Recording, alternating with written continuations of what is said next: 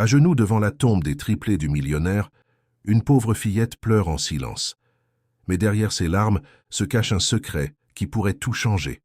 Si vous aimez les histoires émouvantes, abonnez-vous à la chaîne et commentez d'où vous nous écoutez. La suite, Amy, chapitre 1, Rencontre dans le silence. Le soleil de fin d'après-midi peignait le ciel de Paris de teintes orangées quand Étienne Fournier franchit les grilles du cimetière du Père-Lachaise. Comme chaque lundi depuis 2 ans, son corps suivait un chemin automatique, tandis que son esprit errait entre souvenirs et regrets. Ses pas assurés, malgré le poids invisible sur ses épaules, trahissaient l'homme d'affaires qu'il était à l'extérieur, PDG de Fournier Tech, l'une des plus grandes entreprises de technologie de France. À 47 ans, Étienne avait conquis tout ce que l'argent pouvait acheter. Costume impeccable, montre suisse, voiture allemande l'attendant dehors. Mais rien de tout cela n'avait d'importance maintenant. Ici, entre les pierres tombales et les cyprès, il n'était qu'un père en deuil, marchant vers la tombe de ses filles. « Mes filles », murmura-t-il en s'approchant de la stèle de marbre blanc où étaient gravés 3 noms, Béatrice, Blanche et Brigitte Fournier. 16 ans. 2007-2023. Étienne s'agenouilla, déposant 3 roses blanches. Une pour chaque fille, des triplés identiques, à l'exception des rubans colorés qu'elles portaient depuis leur plus jeune âge, pour qu'on puisse les distinguer. Béatrice, celle au ruban rouge, la plus déterminée. Blanche, celle au ruban bleu, la rêveuse. Et Brigitte, celle au ruban jaune, la médiatrice de la paix. « Comme le temps passe lentement sans vous », chuchota-t-il en arrangeant les fleurs. L'entreprise a battu des records de bénéfices ce trimestre. Nous nous sommes étendus en Espagne et en Italie. Les mots sortaient mécaniquement, comme des rapports présentés en réunion de direction. Étienne faisait cela chaque semaine, raconter à ses filles ses succès professionnels, comme si, d'une certaine manière, cela pouvait combler le vide, justifier qu'il continue de vivre alors qu'elle ne le pouvait plus. Le Conseil veut que j'envisage la proposition de multimondial, une fusion qui triplerait notre valeur sur le marché. Il fit une pause déglutissant difficilement. Mais je n'arrive pas à me concentrer pendant les réunions. Tout semble si insignifiant. La brise du soir agita les feuilles d'un tilleul voisin. Le cimetière était presque désert à cette heure. C'est pourquoi Étienne choisissait toujours le même créneau. Il ne voulait pas de public pour sa douleur. Il ne voulait pas de regard de pitié, ou pire, de curiosité. Ce n'était pas tous les jours qu'on voyait l'un des hommes les plus puissants du pays à genoux, parlant à une pierre. « Ça fait 2 ans, 1 mois et 17 jours, continua-t-il, passant les doigts sur les lettres gravées dans la stèle. « Et j'attends encore de vous entendre rentrer à la maison, vous disputant pour savoir qui utilisera la salle de bain en premier. » Étienne ferma les yeux, laissant les souvenirs l'envahir. Le bruit de pas d'adolescentes courant dans la maison, des rires synchronisés, des discussions sur les garçons, les vêtements, la musique, les spectacles de ballet de Blanche, les compétitions de natation de Béatrice, les leçons de piano de Brigitte. Des moments qui ne reviendraient jamais. Mais ce qui le dévastait vraiment, ce n'étaient pas seulement les souvenirs de ses filles vivantes, c'était la pensée constante de ce qu'elles ne vivraient pas. Il n'y aurait pas de remise de diplôme, d'université, de premiers emplois, de mariage, de petits-enfants. Tout un avenir effacé en une seule nuit pluvieuse, lorsque le chauffeur de la limousine qui les ramenait d'une fête perdit le contrôle dans un virage du périphérique. Étienne ouvrit les yeux, essayant de chasser l'image de la voiture détruite qui le hantait encore dans ses cauchemars. C'est alors qu'il entendit un sanglot étouffé venant de quelque part à proximité. Il se redressa, regardant autour de lui. Le son semblait provenir de derrière un arbre à quelques mètres de là.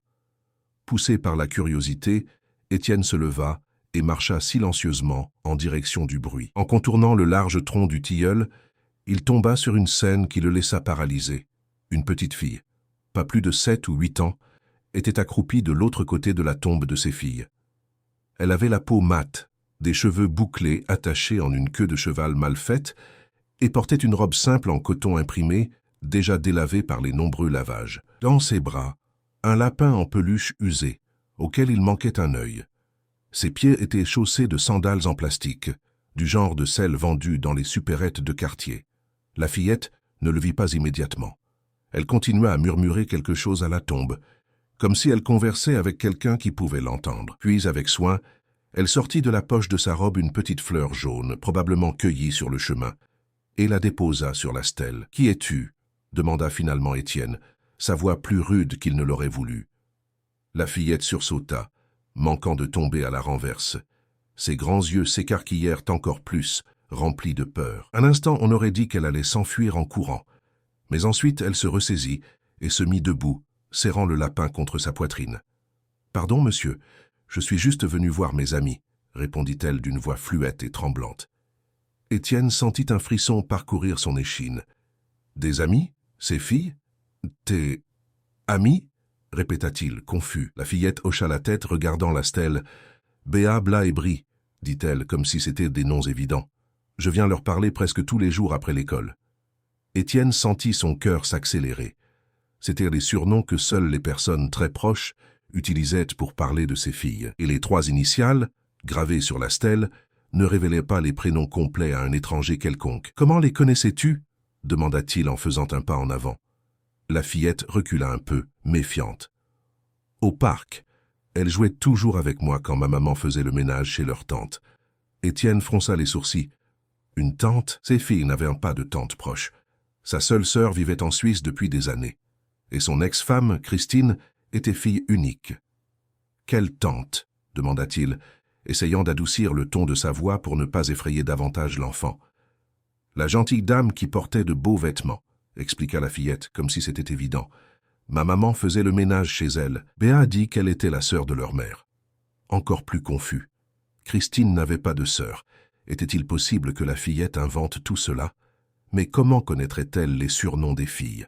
« Comment t'appelles-tu » tenta-t-il à nouveau, s'accroupissant pour se mettre à sa hauteur. « Julie » répondit-elle, toujours serrant son lapin en peluche. Puis, comme si elle se souvenait de quelque chose d'important, elle ajouta « Béa, celle au ruban rouge, elle m'a sauvé une fois. » Le cœur d'Étienne faillit s'arrêter. « Comment ça? Elle t'a sauvé ?» Julie se mordit la lèvre inférieure, comme si elle hésitait à continuer. Ses yeux sombres, grands et expressifs, semblaient bien plus âgés que son petit corps. « Je suis tombée dans la piscine de la tante. Je ne savais pas nager. Béa a sauté et m'a sorti de là, dit-elle. Puis elle baissa la voix comme si elle racontait un secret. Elle a dit qu'elle devait me dire quelque chose d'important sur son père, mais la tante est arrivée et s'est fâchée. » Étienne sentit le monde tourner autour de lui. Béatrice, sa fille la plus athlétique, championne junior de natation du club, sauvant cette fillette d'une noyade. Une fillette qu'il n'avait jamais vue auparavant. « C'était quand, Julie ?»« Juste un peu avant qu'elles aillent au ciel, » répondit la fillette avec la simplicité cruelle des enfants lorsqu'ils parlent de la mort. Un cri interrompit la conversation. « Julie, Julie, où est-ce que tu t'es fourrée, ma petite ?» La voix féminine venait de l'entrée principale du cimetière. La fillette regarda dans cette direction, alarmée. « C'est Tati Nadine, il faut que j'y aille, » dit-elle. Puis, à la surprise d'Étienne, elle tendit sa petite main et toucha brièvement la sienne. « Vous êtes leur papa, n'est-ce pas ?» Béa parlait beaucoup de vous. Avant qu'Étienne ne puisse répondre, Julie courait déjà entre les tombes, son lapin en peluche se balançant à son bras. Il resta là, paralysé, la regardant disparaître au loin. Ce n'est qu'après quelques minutes qu'Étienne remarqua quelque chose sur l'herbe, près de l'endroit où la fillette s'était accroupie. Il se pencha pour le ramasser. C'était une photographie. Même avec la faible lumière du crépuscule, son cœur reconnut immédiatement ses 3 filles, souriantes, portant leur traditionnel ruban coloré dans les cheveux. Elles étaient dans un parc qu'il ne reconnaissait pas, et à côté d'elles, la même fillette, Julie, un peu plus jeune, les serrant dans ses bras. Et derrière le groupe, partiellement visible, une femme élégante qu'Étienne n'avait jamais vue. Les mains tremblantes, il retourna la photo. Au dos, écrite d'une écriture enfantine et instable, une phrase qui lui glaça le sang. « Papa, c'est ma sœur. » Étienne regarda de nouveau la tombe de ses filles, puis la photo dans ses mains. Sa tête bourdonnait de 1000 questions sans réponse. Comment ces filles connaissaient-elles cette fillette? Pourquoi l'appelaient-elles leur sœur? Qui était la femme sur la photo? Et que voulait lui dire Béatrice à son sujet? Gardant la photo dans la poche intérieure de son veston, Étienne prit son portable et composa un numéro qu'il n'avait pas utilisé depuis longtemps. « Roger, c'est Étienne. J'ai de nouveau besoin de tes services, c'est urgent. » À l'autre bout du fil, l'ancien détective privé, qui des années auparavant avait aidé Étienne à découvrir les trahisons de Christine pendant leur divorce, sembla surpris par l'appel. « Je suis à la retraite, Étienne, » vint la réponse hésitante. « Je double ce que tu facturais, c'est à propos de mes filles. » Il y eut une pause avant la réponse. « Retrouve-moi à l'endroit habituel dans 1 heure. » Étienne raccrocha, jetant un dernier regard à la tombe de ses filles, avant de marcher rapidement vers la sortie. Le ciel était maintenant presque complètement sombre, mais pour la première fois en 2 ans, il sentit une étincelle différente s'allumer dans sa poitrine. Ce n'était pas seulement de la douleur, c'était quelque chose qu'il avait oublié comment on ressentait. C'était une raison d'être. Le Procope se trouvait dans le vieux centre de la ville, dans une rue étroite où le temps semblait s'être arrêté dans les années 1950. Tables en bois sombre, serveurs âgés en nœuds papillons, et une clientèle fidèle qui préférait l'amertume authentique d'un café serré aux versions gourmet des cafés modernes. Étienne arriva 20 minutes en avance. Il s'assit à une table au fond, le dos au mur et face à la porte, une habitude acquise depuis qu'il était devenu un nom connu dans le monde des affaires. Il commanda un café noir et attendit, l'esprit encore en train de traiter la rencontre inattendue au cimetière. Roger Alain entra ponctuellement, comme toujours. À 65 ans, il gardait la posture droite et le regard attentif de quelqu'un qui a passé sa vie à observer les gens. Il portait un costume gris bien coupé, mais sans ostentation, et tenait une mallette en cuir usé qu'Étienne connaissait bien. 15 ans de retraite, et tu es toujours aussi ponctuel qu'une montre suisse, commenta Étienne lorsque l'autre s'assit. Les vieilles habitudes, répondit Roger avec un demi-sourire, faisant signe au serveur. La même chose que d'habitude, Jean, dit-il, et le serveur hocha la tête en s'éloignant. Les 2 hommes se connaissaient depuis plus de 20 ans. Étienne était encore un entrepreneur en pleine ascension lorsqu'il avait engagé Roger pour la première fois, pour enquêter sur un associé qu'il soupçonnait de détourner des fonds. Depuis lors, le détective était devenu une sorte de ressource de confiance pour les situations délicates, y compris la découverte des infidélités de Christine, l'ex-femme d'Étienne et la mère des triplés. « Tu n'as pas l'air bien, Étienne, » observa Roger, étudiant le visage de son ancien client. « Et ce n'est pas seulement le deuil. Il y a quelque chose de nouveau. » Étienne hocha la tête, sortant la photographie de sa poche et la posant sur la table. « J'ai rencontré une fillette aujourd'hui au cimetière. Elle visitait la tombe de mes filles. Elle a dit qu'elles étaient ses amies. » Roger prit la photo, l'examinant attentivement à travers les lunettes de lecture qu'il sortit de la poche de son veston. « Et cette inscription au dos ? » « Je ne sais pas. On dirait l'écriture de Béatrice, ma fille aînée. Enfin, aînée de 4 minutes. » Le détective retourna la photo plusieurs fois, analysant les détails. « Tu ne reconnais pas la femme en arrière-plan » Étienne secoua la tête. « Jamais vu de ma vie. La fillette a dit que sa mère travaillait pour une tante de mes filles, mais Christine n'a pas de sœur. » Roger haussa un sourcil. « Intéressant. Et la fillette a un nom. Julie. Elle doit avoir 7 ou 8 ans. Elle avait l'air pauvre. Des vêtements simples, un vieux jouet. Elle était avec une femme qu'elle a appelée Tati Nadine. » Le serveur revint, apportant un cognac pour Roger. Le vieux détective le remercia d'un signe de tête et en but une petite gorgée avant de continuer. « Qu'est-ce que tu veux que je découvre exactement ?» Étienne se pencha sur la table, baissant la voix. « Tout. Qui est cette fillette? Comment elle connaissait mes filles? Pourquoi Béatrice l'a appelée sa sœur? Qui est la femme sur la photo ?» Il fit une pause, ses yeux se durcissant. « Et le plus important, elle a mentionné que Béatrice voulait me dire quelque chose sur moi, quelque chose d'important. » « Ça pourrait n'être que l'imagination d'une enfant, » pondra Roger. « Elle connaissait les surnoms de mes filles, elle savait laquelle portait le ruban rouge. Elle a dit que Béatrice l'avait sauvée d'une noyade dans la piscine de cette soi-disant tante. C'est trop précis. » Roger but une autre gorgée de son cognac, pensif.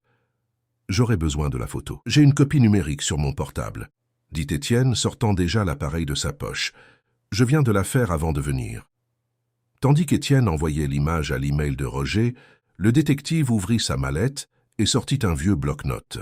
« D'autres informations qui pourraient m'aider?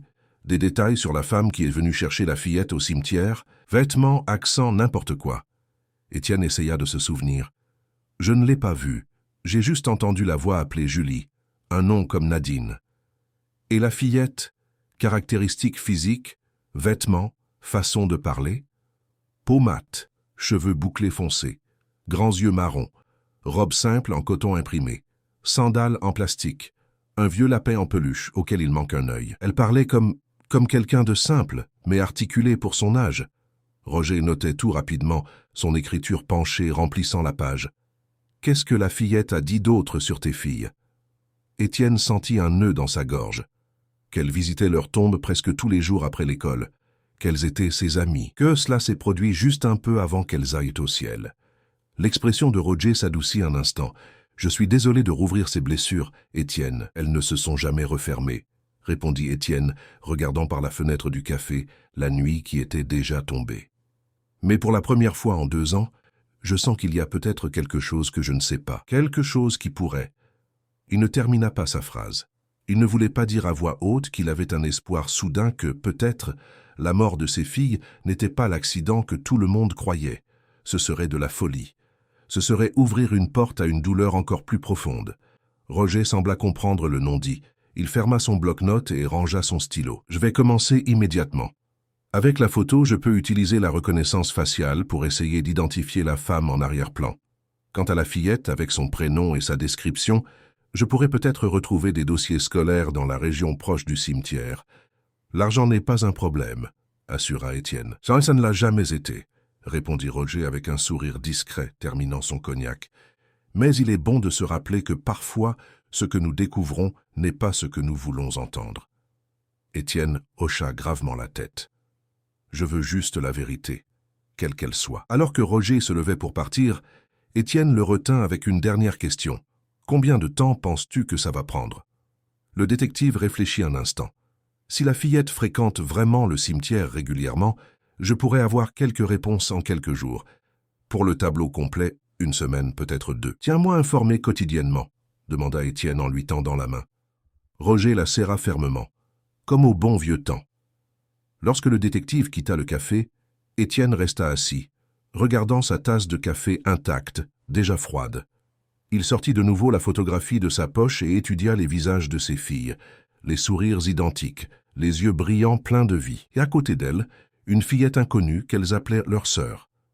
Pour la première fois depuis l'accident, Étienne sentit que le destin lui offrait peut-être, sinon des réponses, du moins un nouveau but. Découvrir la vérité sur ses filles, même si cette vérité apportait plus de douleur que de soulagement. Il paya l'addition et sortit dans la nuit parisienne, la ville illuminée contrastant avec l'obscurité qui habitait en lui. En chemin vers sa voiture, son portable sonna. C'était Roger. « Tu as déjà quelque chose ?» répondit Étienne, surpris par la rapidité. « Juste une coïncidence intéressante.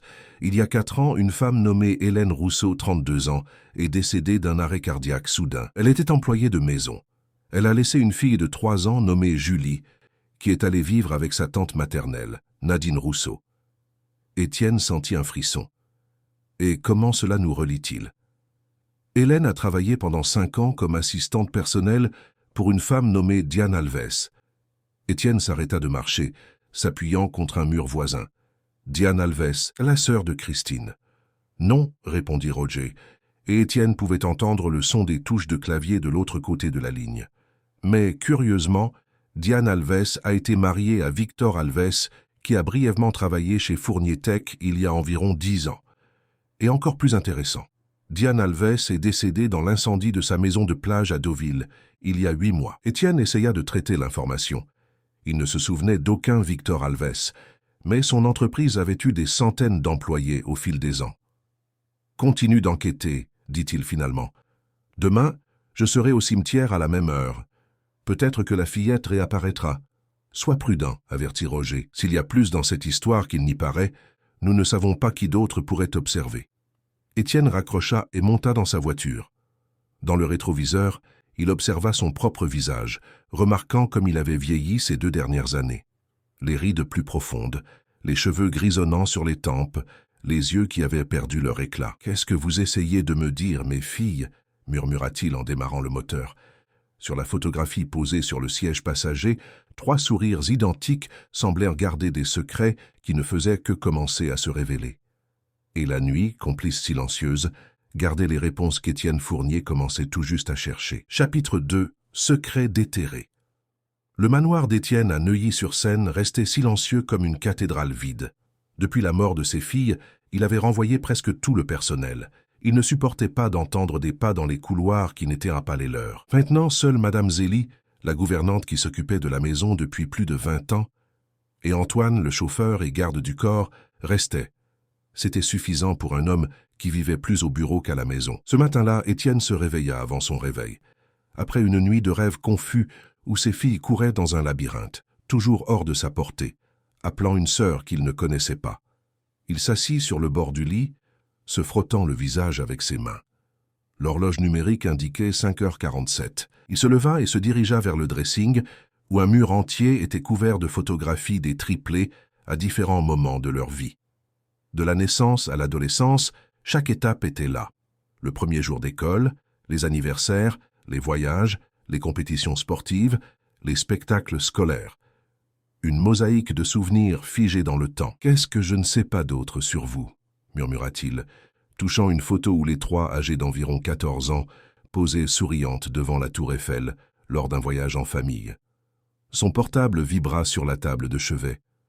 C'était un message de Roger. J'ai accédé au registre de l'aide sociale. Julie Rousseau, 7 ans, orpheline, sous la tutelle de sa tante maternelle Nadine Rousseau, 48 ans, femme de ménage. Elles habitent dans une cité de la banlieue nord. La fillette étudie à l'école municipale Jules Ferry. Et il y a plus, j'ai trouvé un rapport d'incident d'il y a 2 ans. Une possible noyade évitée dans une piscine privée. L'enfant était Julie. Étienne sentit son cœur s'accélérer. L'histoire de la fillette se confirmait.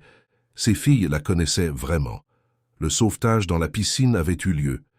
Il descendit à la cuisine, où Madame Zélie préparait déjà le café, comme elle le faisait tous les jours, religieusement, à 6h du matin. « Bonjour, monsieur Étienne », salua-t-elle, surprise de le voir réveillé si tôt. « Vous n'avez pas bien dormi ?»« Pas vraiment, Zélie », répondit-il en se servant un café. « Vous souvenez-vous si mes filles ont déjà mentionné une amie nommée Julie? Une fillette plus jeune, peut-être d'une famille modeste ?» La gouvernante fronça les sourcils, pensive. « Les filles avaient tellement d'amis, monsieur, mais laissez-moi voir. » Elle arrêta de remuer la casserole de porridge, regardant le plafond comme si elle pouvait y trouver la réponse. Il y avait une petite dont elles ont parlé quelquefois. J'ai trouvé ça étrange à l'époque, car elle ne semblait pas faire partie de leur cercle social. Je me souviens que Blanche disait qu'elle devait acheter un cadeau pour cette fillette. Un jouet, je crois. Un lapin en peluche, hasarda Étienne. Les yeux de Zélie s'illuminèrent. C'est ça, un petit lapin couleur caramel. Béatrice a insisté pour qu'il ait un petit ruban rouge, comme le sien. Elle sourit au souvenir. Elles étaient si généreuses, vos filles. Étienne sentit un nœud dans sa gorge. Ont-elles mentionné comment elles avaient rencontré cette fillette? Zélie servit le porridge dans un bol et le posa devant Étienne, avec un geste maternel qu'elle avait depuis qu'il était un jeune entrepreneur célibataire. Je crois qu'elles ont dit quelque chose sur la mère de la fillette qui travaillait pour Madame Christine, ou peut-être pour une de ses amies, je ne suis pas sûr. Elle haussa les épaules. Vous savez comment sont les conversations d'adolescentes, monsieur. Ça entre par une oreille et ça sort par l'autre. Étienne mangea automatiquement, l'esprit traitant les informations. Christine avait gardé un appartement séparé même pendant leur mariage, pour maintenir mon indépendance, disait-elle. Même après la naissance des triplés, elle avait insisté pour garder son appartement à Saint-Germain-des-Prés, où elle passait plusieurs jours par semaine, soi-disant pour s'occuper de ses projets de décoration d'intérieur. À l'époque, Étienne était trop occupé à construire son empire technologique pour remettre en question les arrangements de sa femme. Et plus tard, quand il découvrit ses trahisons, il était déjà trop tard. Les filles étaient tenées, et il ne voulait pas perturber leur vie avec un divorce houleux. Il préféra attendre qu'elles aient 12 ans pour finalement se séparer de Christine. « Monsieur Étienne », la voix de Zélie le ramena au présent. « Tout va bien? Vous n'avez presque pas touché à votre café. »« Je réfléchis, Zélie, » répondit-il en forçant un sourire. « Dites à Antoine que je n'ai pas besoin de lui aujourd'hui. Je vais conduire. » Une demi-heure plus tard, Étienne était assis dans sa voiture devant un petit bureau dans le 13e arrondissement. L'enseigne discrète indiquait simplement « Moreau et Associés ». Il était 7h15, trop tôt pour des visites, mais Étienne savait que Charles Moreau, comme lui, était un lève-tôt chronique. Il ne se trompa pas. En sonnant, la porte fut ouverte par Charles lui-même, un homme d'une 60aine d'années, les cheveux blancs parfaitement coupés et les yeux vifs derrière des lunettes à monture fine. « Étienne ?» L'avocat parut surpris. « Il s'est passé quelque chose. J'ai besoin de vérifier certains documents de mon divorce, » répondit Étienne en entrant dans le bureau, sans attendre d'invitation. « Et quelques autres du testament de Christine. » Charles ferma la porte, ajustant sa cravate sur la chemise qu'il portait déjà malgré l'heure. Tu sais que c'est mon devoir d'avocat de garder le secret sur Charles, l'interrompit Étienne en se tournant pour le regarder. Je te connais depuis 20 ans. J'ai été ton premier gros client quand tu as ouvert ce cabinet. J'ai besoin de réponses, et tu es le seul qui puisse m'aider. L'avocat soupira, indiquant une chaise à Étienne. Que cherches-tu exactement? Je veux savoir si Christine avait une propriété que je ne connaissais pas, spécifiquement une maison avec une piscine, où elle aurait pu emmener nos filles occasionnellement, peut-être pendant ces week-ends de qualité qu'elle insistait tant à avoir seule avec elle. Charles retira ses lunettes et les nettoya avec un mouchoir, un geste qu'Étienne connaissait bien. C'était ce qu'il faisait quand il avait besoin de gagner du temps pour organiser ses pensées. Pendant l'inventaire après la mort de Christine et des filles, nous avons catalogué tous les biens, dit-il prudemment. L'appartement de Saint-Germain, qui est allé à la fondation que tu as créée en leur nom, la maison de plage à Deauville, qui a été vendue selon tes instructions, et les actions de l'entreprise de décoration qui sont également allées à la fondation. Et si elle avait quelque chose au nom de quelqu'un d'autre? Peut-être une amie ou... Étienne hésita. Une sœur? L'avocat fronça les sourcils. Christine n'avait pas de frères et sœurs, Étienne. Tu le sais. Et si elle en avait une, Charles? Une demi-sœur peut-être. Quelqu'un dont elle n'a jamais parlé. Charles ouvrit un tiroir et sortit un dossier épais, étiqueté au nom d'Étienne. Laisse-moi vérifier quelques documents, dit-il en feuilletant des papiers.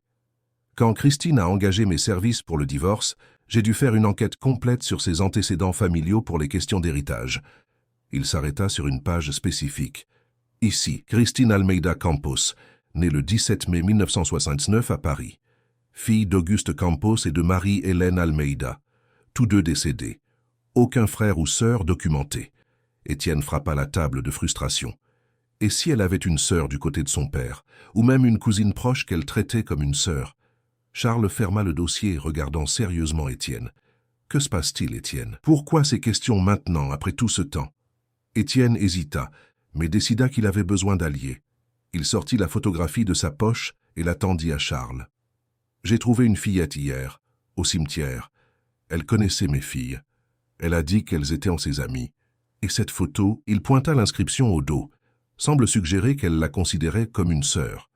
Charles étudia la photographie, l'expression de plus en plus inquiète. Et cette femme en arrière-plan?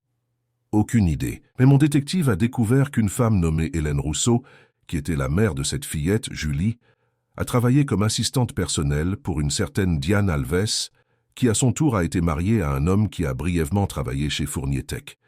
L'avocat leva rapidement les yeux. « Diane Alves, tu es sûr de ce nom ?» Le ton de Charles fit se pencher Étienne en avant. « Pourquoi tu la connais ?» Charles se leva et se dirigea vers un classeur métallique dans le coin de la pièce. Il ouvrit un tiroir, fouilla dans quelques dossiers et en sortit un document fin. Pendant la procédure de divorce, il y a eu un virement suspect du compte de Christine. Une somme considérable, 200 000 €, à une femme nommée Diane Alves. À l'époque, Christine a prétendu que c'était un investissement dans une affaire de décoration. Tu n'as pas voulu contester parce que tu étais concentré sur la garde des filles. Étienne prit le document, l'examinant. C'était bien là. Un virement bancaire de Christine à Diane Alves daté d'avril 2013, environ 3 mois avant la finalisation du divorce. Pourquoi ne m'en as-tu pas parlé à l'époque? Charles haussa les épaules. Je t'en ai parlé, Étienne. Tu as dit que 200 000 €, c'était une bagatelle comparée à ce que tu voulais, la garde des triplés. Tes mots exacts ont été « Laisse-la garder l'argent, je garde mes filles ». Étienne s'en souvenait maintenant. Ces mois avaient été un flou de colère, de trahison et de détermination à protéger les filles des scandales qui auraient pu survenir s'il avait trop pressé Christine. As-tu l'adresse de cette Diane? Charles secoua la tête. Pas sur le document. Seulement les coordonnées bancaires. Étienne remit la photographie dans sa poche. Merci, Charles. Ça aide déjà. Car Étienne, l'appela l'avocat alors qu'il se dirigeait déjà vers la porte. Sois prudent. Remuer le passé fait parfois remonter des choses qu'on préférerait ne pas savoir. Étienne hocha la tête et sortit dans la matinée qui s'éclaircissait déjà sur Paris. Son portable vibra de nouveau, un autre message de Roger. Découverte importante. Diane Alves n'était pas seulement une connaissance de Christine. Selon des registres ADN trouvés dans une procédure de paternité classée, elles étaient demi-sœurs par le père. Auguste Campos a eu une liaison extra-conjugale qui a abouti à la naissance de Diane, 3 ans après Christine. L'affaire a été réglée par un accord confidentiel quand Diane a eu 18 ans. Étienne s'arrêta au milieu du trottoir, relisant le message 2 fois pour être sûr. Christine avait une demi-sœur dont elle n'avait jamais parlé, avec qui elle maintenait apparemment le contact, et à qui elle avait transféré une somme considérable d'argent juste avant le divorce. Il tapa rapidement une réponse. Où vivait Diane avant l'incendie? La réponse vint presque instantanément. Elle avait une maison au Vésinet et un appartement dans le 8e. La maison de plage à Deauville est l'endroit où a eu lieu l'incendie qui l'aurait tuée. Je vérifie s'il y a des incohérences dans le rapport de l'expertise. Étienne monta dans sa voiture et s'assit, essayant d'organiser ses pensées. Les liens commençaient à se former. Christine avait une demi-sœur secrète, Diane. Diane employait la mère de Julie, Hélène.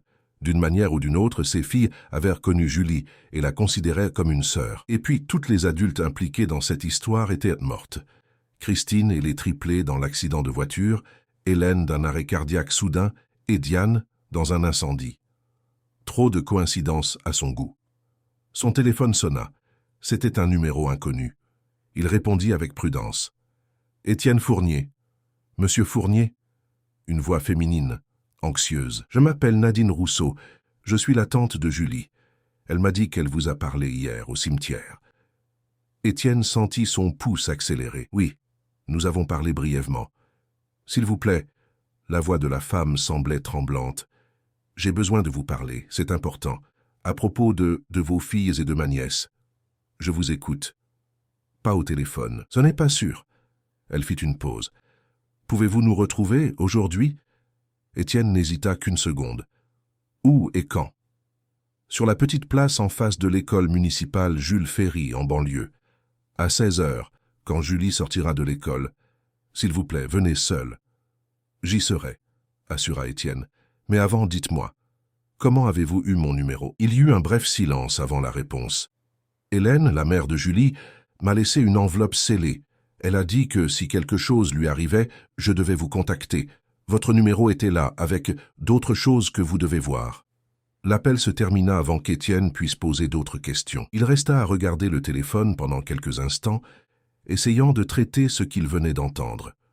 Une enveloppe laissée par Hélène, la mère décédée de Julie, avec son numéro de téléphone et des instructions pour le contacter en cas de décès. Cela changeait tout. Étienne envoya un message rapide à Roger, l'informant de l'appel et du rendez-vous. La réponse vint en quelques secondes. « N'y va pas seul, ça pourrait être un piège. » Étienne envisagea la possibilité. Mais quelque chose dans son instinct lui disait que Nadine Rousseau était réellement effrayée. Et si elle avait des informations sur ses filles, il devait prendre le risque.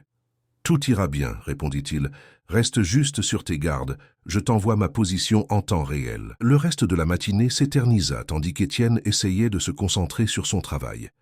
2 réunions importantes avec des investisseurs étrangers, une visioconférence avec l'équipe de développement et une pile de documents à signer.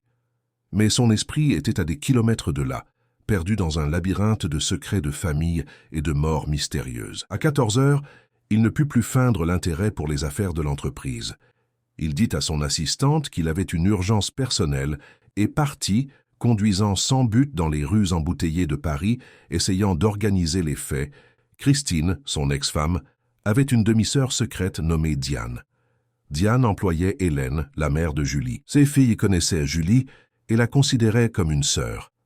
Hélène est morte d'un arrêt cardiaque il y a 4 ans. Christine et les triplés sont mortes dans l'accident il y a 2 ans. Diane est morte dans un incendie il y a 8 mois.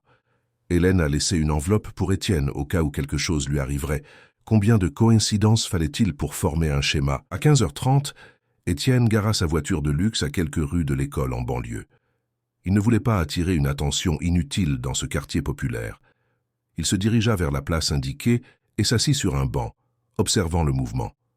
L'école était un simple bâtiment de 2 étages, peint en bleu clair avec une petite cour clôturée. Les enfants commençaient à s'attrouper devant le portail, attendant la sonnerie de sortie. À 16 heures précises, le portail s'ouvrit et une foule d'enfants en uniforme se répandit dans la rue. Étienne se leva, cherchant Julie parmi eux. Quelques minutes plus tard, il vit la fillette sortir, tenant la main d'une femme noire d'âge moyen, les cheveux grisonnants attachés en chignon, vêtue d'une jupe simple et d'un chemisier en coton. Il s'approcha prudemment, ne voulant pas les effrayer. « Madame Rousseau? Nadine Rousseau !» La femme se retourna rapidement, les yeux écarquillés d'appréhension. Quand elle vit Étienne, elle parut à la fois soulagée et encore plus nerveuse. « Monsieur Fournier, dit-elle à voix basse, merci d'être venu. » Julie, à côté d'elle, écarquilla les yeux en reconnaissant Étienne. « C'est le papa de Béa, Blas et Brie !» s'exclama la fillette. Nadine posa un doigt sur ses lèvres, dans un geste pour que sa nièce parle moins fort. « Nous ne pouvons pas parler ici, » dit-elle à Étienne. « Il y a un café à 2 rues d'ici, on peut y aller ?» Étienne hocha la tête, les suivant. Il observa comment Julie marchait en sautillant, apparemment inconsciente de la tension des adultes. Elle portait le même cartable usé et le lapin en peluche qui semblait ne jamais quitter ses bras. Le café était un établissement modeste, fréquenté principalement par des travailleurs locaux. Nadine choisit une table au fond, loin des fenêtres. Elle commanda un café pour elle et un chocolat chaud pour Julie, tandis qu'Étienne ne demanda qu'un verre d'eau. « Julie, mon amour, » dit Nadine après que les boissons furent arrivées, « pourquoi n'irais-tu pas jouer un peu dans le coin des enfants? Tati doit parler avec le monsieur. » La fillette regarda Étienne hésitante. « Vous allez ramener Béa, Blas et Brie ?» demanda-t-elle avec l'innocence douloureuse des enfants. Étienne sentit son cœur se serrer. « Non, ma chérie, elles sont au ciel, tu te souviens? Elles ne peuvent pas revenir. » Julie baissa les yeux, triste. « Je sais, mais Béa m'a dit que même quand les gens vont au ciel, ils peuvent aider ceux qui restent ici. » Elle serra son lapin en peluche plus fort. « C'est ce qu'elle m'a dit quand ma maman est morte. » Nadine caressa les cheveux de sa nièce. « Va jouer un peu, va. On parlera plus tard, d'accord ?» Quand Julie s'éloigna à contre-cœur vers le petit espace pour enfants dans le coin du café, Nadine se tourna vers Étienne, le visage sérieux. « Avant toute chose, monsieur Fournier, j'ai besoin de savoir. Enquêtez-vous sur la mort de ma sœur ?» La question prit Étienne par surprise.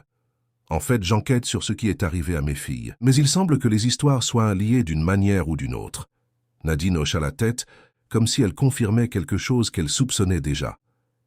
Hélène, ma sœur, travaillait comme assistante personnelle de Diane Alves. Elle faisait tout, s'occupait de la maison, des vêtements, de l'agenda, même d'affaires plus personnelles. Elle baissa la voix. Hélène était mère célibataire. Le père de Julie a disparu avant même sa naissance. Diane lui a offert un bon salaire, une chambre dans sa maison pour elles deux, une bonne école pour Julie. C'était une opportunité que ma sœur ne pouvait pas refuser. « Et comment mes filles sont-elles entrées dans cette histoire ?» demanda Étienne. « Diane était la sœur de votre ex-femme ?» répondit Nadine, le regardant attentivement pour voir sa réaction. « Ça, je l'ai déjà découvert, des demi-sœurs pour être précis. » Nadine parut surprise qu'il le sache déjà. « Oui, mais très peu de gens connaissèrent ce lien. Elles gardèrent le secret. Diane vivait comme si elle n'était qu'une amie proche de Christine. Parfois, vos filles allaient chez Diane le week-end. C'est comme ça qu'elles ont connu Julie. » Étienne but une gorgée d'eau, essayant de garder son calme. Et l'amitié entre elles? Un léger sourire passa sur le visage fatigué de Nadine.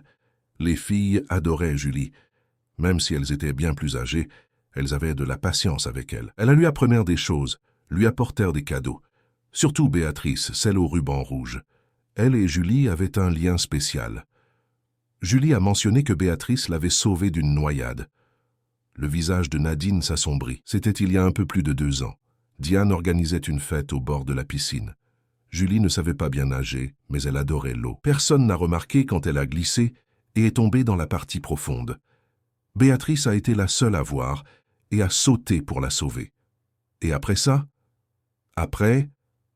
Nadine hésita, regardant Julie dans l'air de jeu, comme pour s'assurer qu'elle ne pouvait pas les entendre.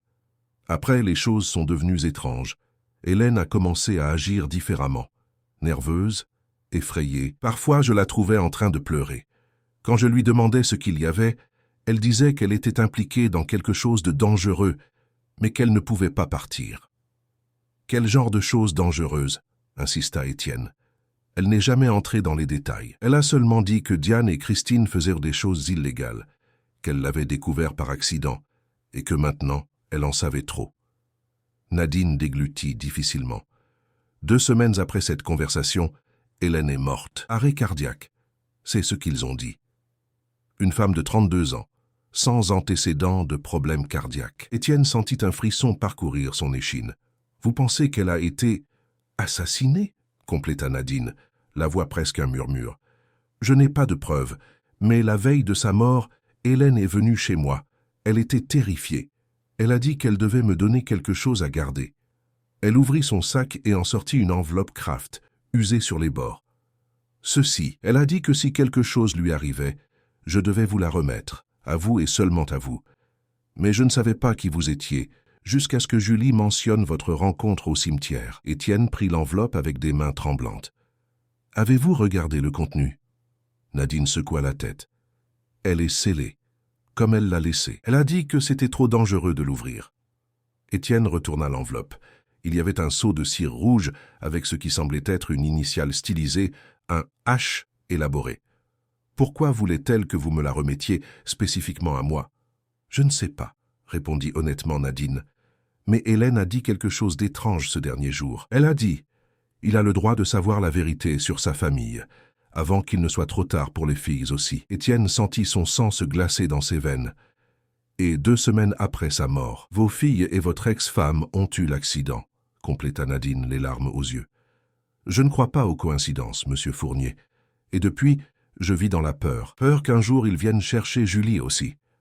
Elle est le seul témoin vivant de ce qui s'est passé dans cette maison, quoi que ce soit. » Étienne regarda la fillette, qui jouait joyeusement avec d'autres enfants, inconsciente de la conversation sombre qui se déroulait à quelques mètres. « Avez-vous un endroit sûr où aller? De la famille dans une autre ville, peut-être ?» Nadine secoua la tête. « Je suis femme de ménage, monsieur Fournier. J'ai à peine de quoi payer le loyer de notre petite chambre, et j'ai peur de fuir. Et s'ils nous retrouvent quand même? Au moins ici, je connais les voisins, les gens du quartier. Il y a une certaine protection là-dedans. » Étienne sortit son portable de sa poche et tapa un message rapide à Roger. « J'ai besoin d'une protection pour 2 personnes immédiatement, discrète mais efficace. » Rangeant le téléphone, il regarda de nouveau Nadine. « Je vais m'assurer que vous soyez protégés, et je vais découvrir ce qu'il y a dans cette enveloppe. Si c'est ce que je soupçonne, il pourrait y avoir assez de preuves pour traduire en justice quiconque a fait ça à nos familles. » Nadine parut soulagée, mais toujours inquiète. « Il y a une autre chose que vous devez savoir, » dit-elle en se penchant encore plus près. « Quelque chose que Julie m'a raconté récemment, mais que je n'avais pas compris à l'époque. Elle a dit que le jour où Béatrice l'a sauvée de la piscine, elle a entendu votre fille se disputer avec Diane et Christine. Elle a dit que Béatrice a crié « Il a le droit de savoir qu'elle est aussi sa fille. » Étienne eut l'impression que le monde s'était arrêté de tourner. « Sa fille? Quelle fille? Julie? Vous êtes en train de dire que... » « Je ne dis rien, » l'interrompit Nadine. « Je ne fais que répéter ce qu'une enfant de 7 ans m'a raconté. Ça peut ne rien signifier, ou ça peut tout signifier. » Étienne regarda de nouveau Julie, étudiant ses traits avec plus d'attention.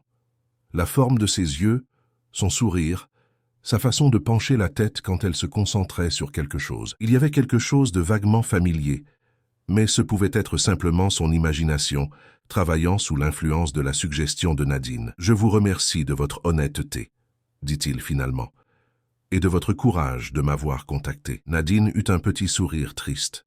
« Ce n'est pas du courage, monsieur Fournier, c'est du désespoir. Je n'ai plus nulle part où aller. » À ce moment, le portable d'Étienne sonna. C'était Roger. « Je suis au coin du café, » dit le détective sans préambule. « Il y a une voiture noire garée de l'autre côté de la rue depuis 20 minutes. 2 hommes à l'intérieur, observant l'entrée. Je n'aime pas ça. » Étienne se leva immédiatement. « Il faut qu'on parte d'ici, maintenant. » Nadine perçut l'urgence dans sa voix et appela Julie. « Quel est le problème ?» demanda-t-elle, prenant déjà son sac. « Ce n'est peut-être rien, mais ne prenons pas de risques. » Étienne regarda autour de lui, cherchant une sortie alternative. Il vit une porte au fond, menant probablement à la cuisine. « Passons par là. » Il sortit quelques billets de son portefeuille, les laissa sur la table et conduisit Nadine et Julie vers le fond. La serveuse tenta de protester quand ils passèrent à la porte de la cuisine, mais Étienne marmonna quelque chose à propos d'une urgence familiale et continua d'avancer. Ils sortirent par une porte de service dans une ruelle étroite, remplie de poubelles et de cartons vides. Étienne tapa un autre message rapide à Roger, l'informant de leur itinéraire de fuite. « Une voiture m'attend dans la prochaine rue, » dit Roger au téléphone quand Étienne appela. Grise, plaque d'immatriculation se terminant par 3387. Je vais distraire les suspects. « Fais attention, » demanda Étienne, guidant Nadine et Julie à travers le labyrinthe de ruelles de la banlieue. « Toujours, » répondit Roger avant de raccrocher. Julie regardait Étienne avec des yeux écarquillés de peur et d'excitation. « On fuit les méchants ?» demanda-t-elle, à bout de souffle. Étienne échangea un regard avec Nadine avant de répondre. « C'est juste par précaution, ma chérie. Comme un jeu, tu comprends? On doit arriver à la voiture de mon ami sans que personne ne nous voie. » La fillette hocha solennellement la tête, serrant son lapin en peluche contre sa poitrine. « Monsieur Lapin et moi, on est forts à cache-cache, » chuchota-t-elle. On jouait à cache-cache avec Béa, Blas et Brie. Elle me trouvait toujours parce que je riais trop. Malgré la tension, Étienne sentit une pointe de tendresse. Cet enfant avait été aimé par ses filles. Cela, plus que n'importe quel test ADN ou révélation choquante, signifiait quelque chose de profond pour lui. Ils arrivèrent à la rue parallèle où une berline grise les attendait, moteur en marche. Étienne ouvrit la portière arrière, aidant Nadine et Julie à monter avant de s'installer sur le siège passager. Au volant se trouvait une femme d'environ 40 ans, cheveux courts, yeux vifs. « Marcia !» se présenta-t-elle brièvement. « Roger m'a demandé de vous emmener dans un endroit sûr. »« Merci », répondit Étienne, regardant encore dans le rétroviseur pour s'assurer qu'il n'était pas suivi. « Où allons-nous ?»« J'ai un appartement de fonction au nom d'une société écran, totalement anonyme. Vous y resterez jusqu'à ce que Roger s'assure qu'il est sûr de bouger. » Alors que la voiture s'éloignait rapidement de la banlieue, Étienne regarda l'enveloppe dans ses mains. Tant de secrets, tant de morts. Et au centre de tout, une question qu'il osait à peine formuler complètement dans son esprit. Était-il possible que Julie soit plus que l'amie de ses filles? Était-elle vraiment leur sœur, comme le suggérait la photo? Et si c'était le cas, qui était le père? Sur la banquette arrière, Julie s'endormit épuisée par l'adrénaline de la fuite. Sa tête reposait sur les genoux de Nadine, qui lui caressait tendrement les cheveux. L'enveloppe pesait dans la main d'Étienne comme si elle était faite de plomb, et non de papier. Quelle que soit la vérité qu'elle contenait, une chose était certaine. Rien ne serait plus comme avant une fois qu'il l'aurait découverte. Chapitre 3. Douloureuse vérité. L'appartement de fonction se trouvait au 17e étage d'un immeuble de bureaux dans le quartier de la Défense. Aucune identification sur la porte, juste un numéro, 1705. L'espace était impersonnel mais confortable. Un salon avec un canapé-lit, une cuisine américaine, une chambre et une salle de bain. Les fenêtres offraient une vue panoramique sur la ville qui commençait à allumer ses lumières au crépuscule. Marcia leur montra le système de sécurité, 2 serrures, un interphone avec caméra, une alarme connectée à une centrale privée. « N'utilisez pas vos portables personnels », leur recommanda-t-elle, tendant à Étienne 2 appareils neufs encore dans leur boîte. « Ceux-ci sont sécurisés. Seuls 3 numéros sont programmés. Le mien, celui de Roger et celui de la centrale de sécurité. Roger sera bientôt là. » Julie explorait l'appartement avec une curiosité enfantine, ouvrant les placards, testant la télécommande de la télévision, sautant expérimentalement sur le canapé quand elle pensait que personne ne regardait. « Combien de temps devons-nous rester ici ?» demanda Nadine, observant sa nièce.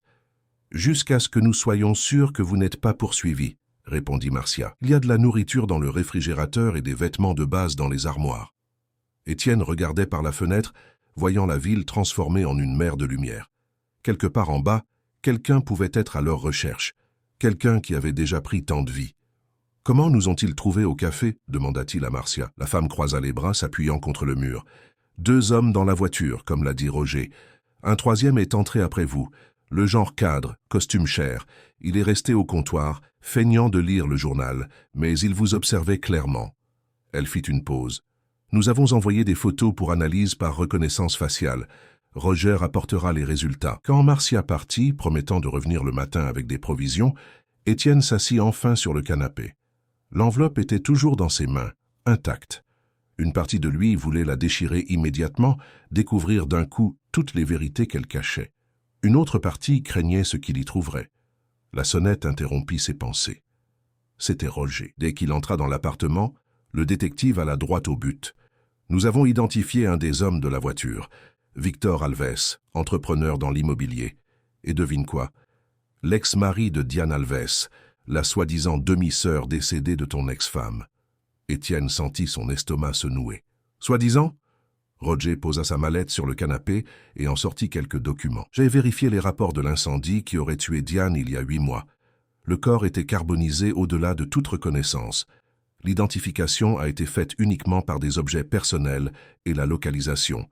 Mais il n'y a pas eu de test ADN. Tu suggères qu'elle pourrait être en vie? Je suggère que rien dans cette histoire n'est ce qu'il paraît. Roger regarda de manière significative l'enveloppe dans la main d'Étienne. « C'est ce qu'Hélène t'a laissé ?» Étienne hocha la tête, montrant le seau intact. « Ouvrons-la tout de suite, » décida-t-il. « Nous devons savoir à quoi nous avons affaire. » Avec précaution, Étienne brisa le seau de cire et ouvrit l'enveloppe. À l'intérieur se trouvaient plusieurs documents, une lettre manuscrite et une clé USB. Il prit d'abord la lettre. L'écriture était petite et hâtive, comme si elle avait été écrite par quelqu'un de pressé ou d'effrayé. « Monsieur Fournier, je m'appelle Hélène Rousseau. Si vous lisez ceci, c'est que je ne suis plus en vie pour vous raconter personnellement ce que j'ai découvert. J'ai travaillé pendant 6 ans comme assistante personnelle de Diane Alves, la demi-sœur de votre ex-femme Christine. Pendant ce temps, j'ai été témoin et, malheureusement, j'ai aidé à des activités que je sais maintenant être criminelles. Diane et Christine, ainsi que le mari de Diane, Victor, sont impliqués dans un système de blanchiment d'argent utilisant Fournier-Tech comme façade. Victor a brièvement travaillé dans votre entreprise il y a des années, assez longtemps pour créer des accès fantômes au système financier. Ils ont détourné des millions au fil des ans. Mais il y a un secret encore plus grand que vous devez savoir, aussi douloureux soit-il. Diane n'est pas seulement la demi-sœur de Christine. Elle a eu une liaison avec vous il y a environ 8 ans, lors d'un séminaire sur la technologie à New York, quand vous et Christine étiez temporairement séparés.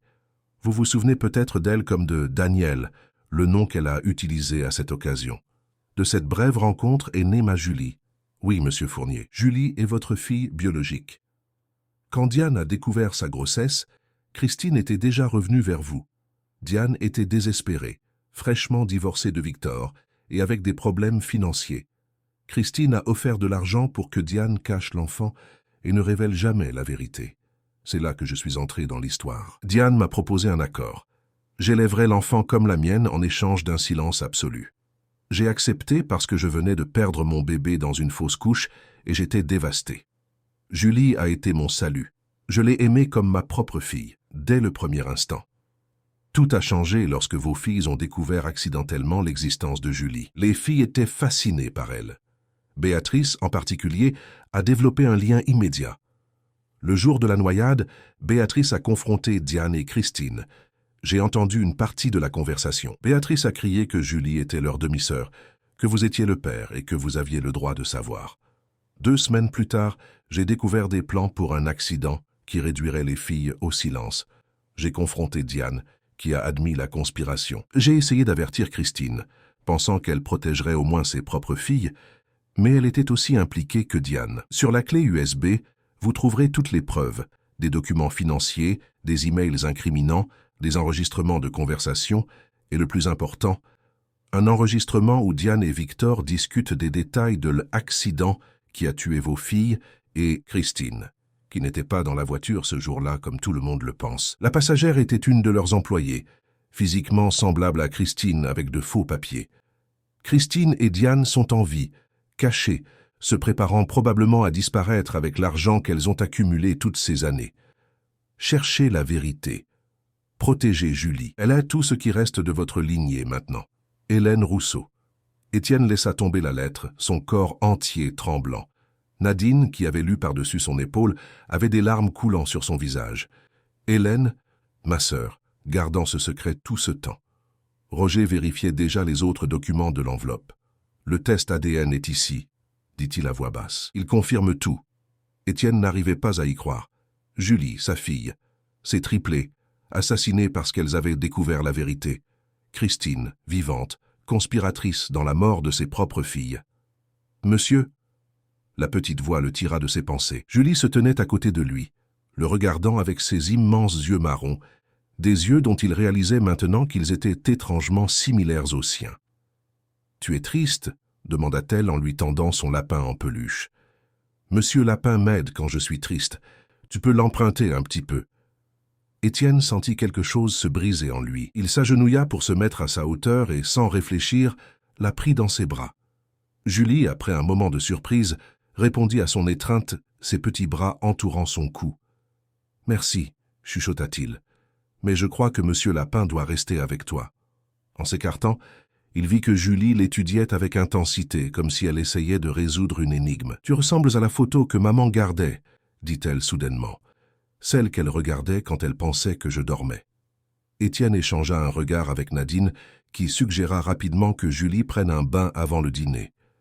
Quand elles disparurent dans la salle de bain, Étienne se tourna vers Roger. « Je veux vérifier la clé USB, maintenant. » Roger inséra le périphérique dans son ordinateur portable. Un dossier apparut, contenant divers fichiers méticuleusement organisés. Étienne pointa un dossier intitulé « Accident ». À l'intérieur se trouvait un fichier audio marqué « Planification finale.mp3 ». Roger cliqua dessus et les voix remplirent la pièce. « Tu es sûr que le chauffeur est acheté ?» Une voix féminine, froide et calculatrice. « Absolument. Il a reçu la moitié à l'avance, il recevra le reste quand il aura terminé le travail. Il sait que ça doit ressembler à un accident. » Une voix masculine. « Et pour Christine, elle ne peut évidemment pas être dans la voiture. » « C'est déjà réglé. Anna a à peu près la même apparence. Avec la bonne coiffure et les papiers de Christine, personne ne posera de questions. » Les filles, une troisième voix, qu'Étienne reconnut immédiatement comme étant celle de Christine. Malheureusement, ce sont des dommages collatéraux nécessaires. Béatrice en sait trop et les deux autres ne se tairent pas. Elles sont trop unies. C'est toute ou aucune. La première voix féminine, qu'Étienne comprenait maintenant être celle de Diane. « Mon Dieu, nous parlons de mes filles. » Christine semblant perturbée. « Des filles que tu es prête à sacrifier pour notre plan. Ne viens pas avec des crises de conscience maintenant, Christine. » Il est trop tard. Si Étienne découvre le détournement d'argent, nous tombons tous. S'il découvre pour Julie, tu perds tout au divorce. La garde, la pension, le statut social.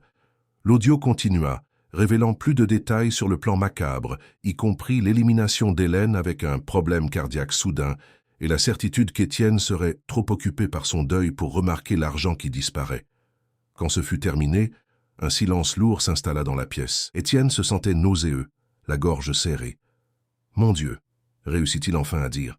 « Il y a plus », dit Roger, examinant déjà d'autres fichiers. Des documents montrant des virements de plus de 300 millions d'euros vers des comptes offshore, un plan de fuite complet. « Il faut que j'aille à la police », se leva Étienne. « Pas encore », le retint Roger. « Nous devons tout organiser, nous assurer que les preuves sont incontestables. Et plus important, nous devons protéger Julie. » La mention de la fillette fit regarder Étienne en direction du couloir. Sa fille. Sa seule fille restante.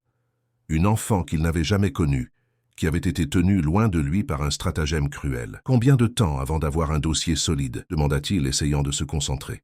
« 1 ou 2 jours au maximum. J'ai des contacts à la police judiciaire, des gens de confiance. » Étienne hocha la tête, essayant de garder son sang-froid. « Et en attendant ?»« En attendant, tout le monde reste ici, en sécurité. » Nadine revint dans le salon informant que Julie s'était finalement endormie après son bain et une collation. Étienne ouvrit silencieusement la porte de la chambre pour la voir. La faible lumière du couloir illuminait son petit visage détendu dans le sommeil, le lapin en peluche fermement serré contre sa poitrine. « Je te protégerai, » murmura-t-il. « Je te le promets. » Fermant la porte, il retourna dans le salon, où Roger organisait méthodiquement les preuves sur son ordinateur portable. « Je veux que tu donnes la priorité à leur localisation », ordonna Étienne. « Christine et Diane, si elles sont encore dans le pays, elles ne peuvent pas s'échapper. » C'est alors qu'ils entendirent un bruit étrange venant de la porte d'entrée. Un clic métallique. Roger se leva rapidement, leur faisant signe de se taire. Il regarda par le judas et son corps se tendit. « Il y a quelqu'un dans le couloir », chuchota-t-il, accroupi en train de forcer la serrure. Étienne sentit son sang se glacer. Sans faire de bruit, il se dirigea vers la chambre et prit Julie dans ses bras, essayant de ne pas la réveiller. Roger avait sorti une arme et indiqua une sortie de secours camouflée dans le mur de la chambre. Ils durent réveiller Julie, qui ne posa pas de questions quand Nadine lui expliqua qu'il devait à nouveau jouer à cache-cache. Ils entendirent un grand bruit. La porte était défoncée. Ils descendirent l'escalier de service aussi silencieusement que possible. Au 3e palier, ils entendirent des voix au-dessus d'eux et le son de pas. « Ils nous ont suivis », murmura Nadine. Étienne ouvrit une porte de service, révélant un couloir technique mal éclairé. Ils avancèrent rapidement jusqu'à trouver un autre escalier qui les mena au parking. La berline grise de Marcia les attendait près de la sortie. Ils montèrent précipitamment, et elle démarra en trombe, disparaissant dans le trafic nocturne de Paris. Roger, demanda Marcia. Il est resté derrière. Pour faire diversion, répondit Étienne. Comment nous ont-ils trouvés si vite? Demanda Nadine, tremblante encore. Les anciens portables, réalisa Étienne. Ils ont peut-être activé des traceurs à distance. La nouvelle cachette était une maison isolée dans les environs de Paris. Roger les rejoignit le lendemain matin avec des nouvelles importantes. Nous avons identifié de fausses cartes d'identité créées au sein de Fournier Tech pour Christine et Diane. Et plus encore, des réservations au nom de ces identités pour un vol partant de Charles de Gaulle ce soir à 23h45 pour Madrid. Nous devons les intercepter, dit Étienne. C'est déjà en cours. Mon contact à la PJ, le commissaire Santos, organise une opération. Pendant la journée, des agents se positionnèrent discrètement à l'aéroport. Étienne voulait y être en personne, mais Nadine le convainquit de rester. « Julie a besoin de toi vivant », dit-elle simplement. Des mots qui changèrent la perspective d'Étienne. Le soir, ils suivirent l'opération par des mises à jour radio. Cibles identifiées à l'enregistrement. Passage au contrôle des passeports. Approche initiée. Suspect interpellé. Opération réussie. Étienne sentit quelque chose se rompre en lui, une tension qu'il portait depuis des jours, peut-être des années. Des larmes silencieuses coulèrent sur son visage. Nadine lui serra la main. « C'est fini », chuchota-t-elle. Une semaine plus tard, Étienne entra dans une salle d'interrogatoire au siège de la police judiciaire. Christine était assise de l'autre côté de la table, menottée, les cheveux teints en blond, le visage plus mince, les yeux durs. « 5 minutes, dit le garde en fermant la porte. Le silence pesa entre eux. Finalement, Christine parla. « Tu es venu te venger ?»« Je suis venu comprendre, » répondit Étienne. « Comment as-tu pu faire ça? C'était nos filles. » Un muscle tressaillit sur son visage. « Je n'ai jamais voulu qu'elles meurent, » dit-elle en détournant le regard. « C'était censé être seulement toi, ton empire, ta fortune. Mais elles étaient dans la voiture, et tu le savais, tu as donné l'ordre quand même. » Christine leva le menton défiante. « Que veux-tu que je dise? Que je suis désolé? Ça ne changerait rien. »« Et Julie ?» demanda Étienne. « Pourquoi me cacher ma fille? Diane a toujours été obsédée par toi. Quand elle a découvert qu'elle était enceinte, elle avait besoin d'argent. J'avais besoin d'un accès à Fournier Tech. C'était un arrangement commode. » Étienne eut la nausée en pensant à Diane utilisant un enfant, sa fille, comme un pion dans un jeu malsain. « Tu vas passer le reste de ta vie en prison, » dit-il calmement. « Et pendant ce temps, je vais élever Julie. Je lui donnerai l'amour que toi et Diane lui avez refusé. » Le masque de Christine se brisa momentanément. « Les filles l'aimaient bien, dit-elle, presque dans un murmure, surtout Béatrice. Dès le premier instant, c'était comme si elles savaient qu'elles étaient sœurs. C'est pour ça qu'elles ont dû mourir, compléta Étienne, parce que Béatrice a découvert la vérité. » Christine ne répondit pas, mais ses yeux, pour la première fois, étaient pleins de larmes non versées. Le garde ouvrit la porte. Le temps était écoulé. Étienne se leva, regardant une dernière fois la femme qui avait détruit sa famille. « Adieu, Christine. Le seul héritage que tu as laissé est Julie. Et même ça, ce n'était pas ton choix. » Il sortit sans se retourner, se sentant étrangement léger. Ce n'était pas le pardon, ça ne le serait jamais. Mais c'était une libération. 2 mois plus tard, le cimetière du Père-Lachaise était tranquille sous le soleil de l'après-midi. Étienne marchait lentement, tenant la main de Julie. Nadine les suivait, portant des fleurs. Ils s'arrêtèrent devant la tombe des triplés, maintenant modifiée. En plus des noms originaux, il y avait une plaque supplémentaire. « Sœurs éternelles, aimées pour toujours ». Julie lâcha la main d'Étienne et s'agenouilla devant la stèle, déposant soigneusement les fleurs. « Salut les filles », dit-elle avec naturel. « J'ai apporté des marguerites aujourd'hui. Papa a dit que vous aimiez ça. » Étienne sentit son cœur se serrer en entendant Julie l'appeler « papa ». Dans les semaines qui suivirent l'arrestation des conspirateurs, beaucoup de choses avaient changé. Avec l'aide d'une psychologue, Étienne avait raconté la vérité à Julie, d'une manière adaptée à son âge. Il lui avait expliqué qu'il était son père biologique, qu'Hélène l'avait élevé avec un amour sincère, et que les amis du cimetière étaient ses demi-sœurs. La fillette avait réagi avec un mélange de confusion, de tristesse et, étonnamment, de soulagement. « Je savais qu'on se ressemblait », avait-elle dit en étudiant le visage d'Étienne. « On a la même façon de froncer les sourcils. » L'arrangement qu'Étienne avait promis à Nadine devint réalité. Une maison à Neuilly, où Julie avait sa propre chambre colorée, et Nadine restait présente.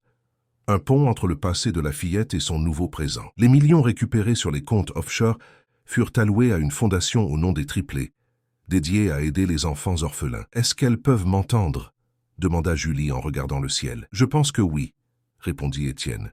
« Et elles sont heureuses que nous soyons ensemble maintenant. »« Comme une famille » compléta Julie avec simplicité. « Oui » acquiesça Étienne, ressentant une paix qu'il n'avait pas connue depuis des années. « Comme une famille. » Alors qu'il repartait, Julie, entre Étienne et Nadine, l'homme d'affaires pensa à la cruauté et à la générosité dont la vie pouvait faire preuve en même temps. 3 parties de son cœur manqueraient toujours, mais une partie inattendue avait été retrouvée. « Papa » appela Julie en tirant sa main. « On va toujours faire ces crêpes en forme de lapin que tu as promises ?» Étienne sourit, sentant quelque chose de chaud s'étendre dans sa poitrine. L'espoir. Bien sûr. Dès qu'on rentre à la maison, jetant un dernier regard au cimetière, Étienne aurait juré voir 3 silhouettes juvéniles sourire entre les tombes. Juste un jeu de lumière, probablement. Le vent agita doucement les arbres, comme un murmure d'approbation, et pour qui prêtait une grande attention, on pouvait peut-être entendre l'écho lointain de 3 rires identiques, bénissant une famille qui, bien que brisée et rafistolée, avait retrouvé son chemin vers la lumière.